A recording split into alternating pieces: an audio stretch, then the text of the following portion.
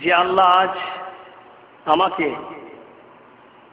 সুযোগ করে দিয়েছেন আপনাদের সাথে সাক্ষাৎ করার, বিশেষ করে মতি ভাইয়ের সাথে বহুদিন আগে কয়েক বছর অতিবাহিত হয়ে গেছে যখন আমরা মদিনা ইউনিভার্সিটিতে একই সাথে থাকছি এবং ওঠা বসা করছি, চলাফেরা করছি। তারপরে দীর্ঘ একটি কাল কেটে গেছে যে আমাদের আপসে কোনো সাক্ষাৎ ছিল না।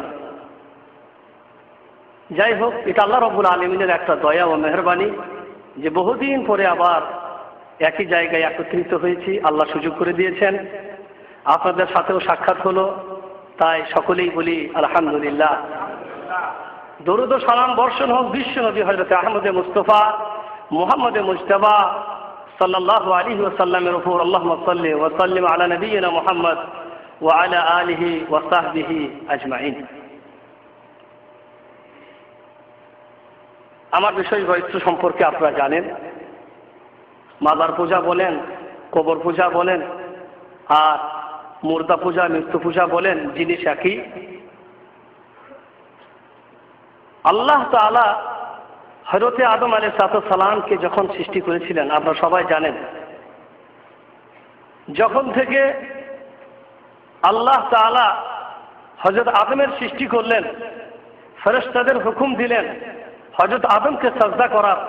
সকলে সাজদা করলো, ইবলিস সাজদা করেনি, যার কারণে তাকে ভ্রষ্ট, গুমরাহ এবং মহান আল্লাহ রাব্বুল আলামিনের দরবার থেকে বিতাড়িত ঘোষণা করা হলো।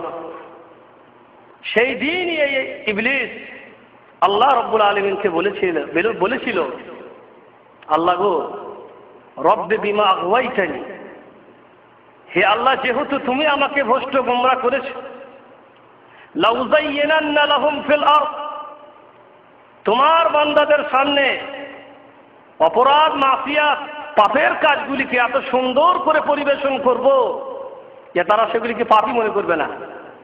উযায়্যিনান্না লাহুম ফিল আরদ, এই সমস্ত অন্যায় কাজগুলিকে, পাপের কাজগুলিকে তাদের সামনে এমন করে আমি তুলে ধরব যে তারা এগুলিকে অন্যায় মনে করবে না, পাপ মনে করবে না।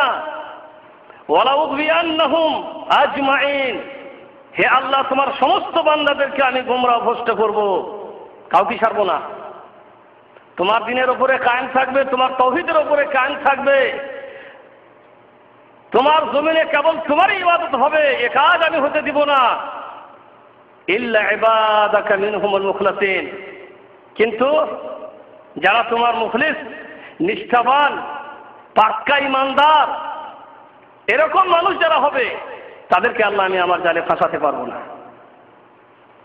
তো মোট কথা হচ্ছে, আমাদেরকে গোমরাহ করে বিভিন্ন শিরকীয় কাজে যে শয়তান লাগাবে, আল্লাহর তাওহীদের পথ থেকে আমাদেরকে সরিয়ে বিভিন্ন অন্যায়ের শিরকে যে শয়তান লিপ্ত করবে, সেই প্রচেষ্টা তখন থেকেই চলতে আছে, আজও জারি আছে।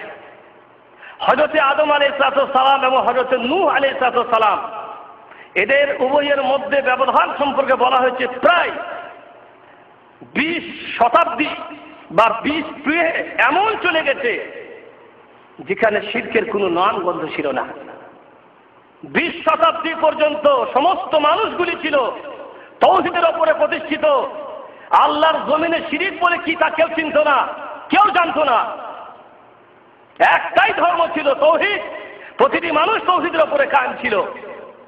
তারপরে সবাই আমরা জানি, কোরআনের মধ্যে আল্লাহ রাব্বুল আলামিন কিছু এমন লোকের কথা উল্লেখ করেছেন যাদেরকে মাবুদ মনে করা হয়েছিল, ইলাহ মনে করা হয়েছিল, উপাস্য মনে করা হয়েছিল। কোরআনে আসছে ওদ, সুআদ, ইয়াগুস, ইয়াউক, নাস। হাদিসের মধ্যে বলা হয়েছে এগুলি হযরত নূহ আলাইহিস সালামের জাতির নেককার, দিনদার সৎ বান্দা ছিলেন। এরা হযরত নূহ আলাইহিস সালামের সম্প্রদায়ের নেককার বান্দা ছিলেন, সৎ লোক ছিলেন।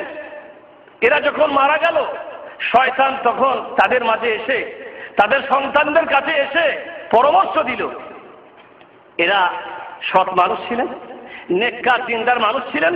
তোমরা এক কাজ করো, এরা যেখানে সেখানে বসতো, সেই জায়গাগুলিতে এদের একটা ছবি বা একটা মুজাসসামা, একটা মূর্তি নির্মাণ করো তাদের শরণার্থে। তবে তাদের পূজা করে একথা কিন্তু শয়তান বলেনি, কারণ সে খুব চালাক। সে জানে এরা তৌহিদ বুঝে, আল্লাহর জমিনে আল্লাহ ছাড়া কারো ইবাদত করা যায় না, একথা এরা বুঝে। এখনই যদি বলা হয় যে এদের ইবাদতও করতে হবে, তাহলে আমার চালাকি ধরা পড়ে যাবে, এরা ধরে নিবে আমাকে। তা শুধু একথা বললো যে এদের একটা করে মূর্তি কায়েম করো, যেখানে যেখানে এরা বসতো শরণার্থে। অসুবিধা নেই, শুধু শরণার্থে একটি করে ছবি নির্মাণ করে নেওয়া, মূর্তি নির্মাণ করে নেওয়া, অসুবিধা কি আছে? হয়ে গেল। তারপরে আবার যুগ অতিবাহিত হলো, এই লোকগুলি দুনিয়া থেকে চলে গেল। নসিয়াল এই জ্ঞান ভুলিয়ে দেওয়া হলো। সবাই দুনিয়া থেকে যাবে, শয়তান তো যাবে না, তাই নাকি? সে তো কিয়ামত পর্যন্ত থাকবে।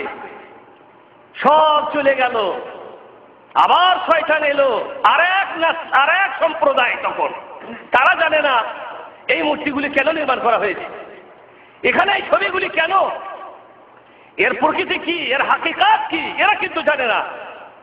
শয়তান তখন এদের কাছে এসে বলল, এই যে মূর্তিগুলা দেখছো, এগুলিকে কিন্তু তোমাদের বাপ দাদারা পূজা করেছে, এদের ইবাদত হয়েছে, এদের কাছে নজরানা পেশ করা হয়েছে, এদের কাছে মানত করা হয়েছে, এদের কাছে দোয়া করা হয়েছে, এদের কাছে প্রার্থনা করা হয়েছে, এদের কাছে মানুষ নিজের আশা পূরণ করার জন্য এসেছে।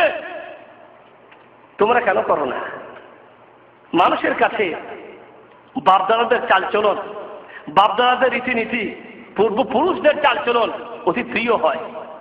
তাই আমরা সবাই জানি যে মক্কার কাফের যারা ইসলাম গ্রহণ করতে পারেনি, তারা কিন্তু জানতো মুহাম্মদ সত্য, দিন সত্য, সব ঠিক। কিন্তু যেহেতু আমাদের বাপদাদারা যে করেনি, এই জিনিসটা ছিল তাদের কাছে সব থেকে বড় বাধা। আমরাও জানি, আমরা বর্তমানে ভুগতে আছি, শুধু জানি না ভুগতে আছি। অনেকেই আমরা যারা এই পরিবেশ পেয়েছি, ইসলামিক সেন্টার পেয়েছি, সৌদি আরবের পরিবেশে এসে আমরা যারা সত্যকে জানতে পেরেছি, হককে বুঝতে পেরেছি, তৌহিদ জানতে পেরেছি, শিরকের ব্যাপার জানতে পেরেছি, আমরাও ভুগতে আছি যে বাপ মাকে কি করে বোঝানো যায়। আমি দেশে গিয়ে কি করি, বাড়িতে গিয়ে, দেশে গিয়ে, মসজিদে গিয়ে কেমন করে নামাজ পড়বো? এখানে তো জানলাতে এইভাবে নামাজ পড়তে হয়, এইভাবে নামাজ পড়তে হয়। সবাই যেমন আমরা ভুগতে আছি, ওই রকম অবস্থা ছিল তাদেরও, তারাও ভাবত সব ঠিক। কিন্তু আমাদের বাপদাদা যে করেনি, কেমন করে ত্যাগ করতে পারি? বাপদাদাদের চালচলন, পূর্বপুরুষদের চালচলন মানুষের কাছে বিরাট বিশাল জিনিস, যার ত্যাগ করে চারটিখানি কথা নয়। বর্তমান বিশ্বে এমনও অনেক হাজার লাখ লাখ মানুষ জ্ঞানী গুণী আছেন যারা ইসলাম বুঝে, ইসলাম জানে, এবং ইসলাম সত্য ধর্ম, কোরআন সত্য, আল্লাহর কিতাব বুঝে। কিন্তু তারা চিন্তা করে নিজের পরিবেশকে নিয়ে, নিজের বাড়িকে নিয়ে, নিজের মা বাপকে নিয়ে, নিজের স্ত্রী ছেলে সন্তানাদিদেরকে নিয়ে আমি ইসলাম হয়ে কি করব? আমার এই বিশাল পরিবার, বিশাল সমাজ, তাদেরকে আমি কেমন করে বুঝাবো? এই জিনিসগুলি মানুষের কাছে সব থেকে বেশি বাধা হয়ে দাঁড়ায়।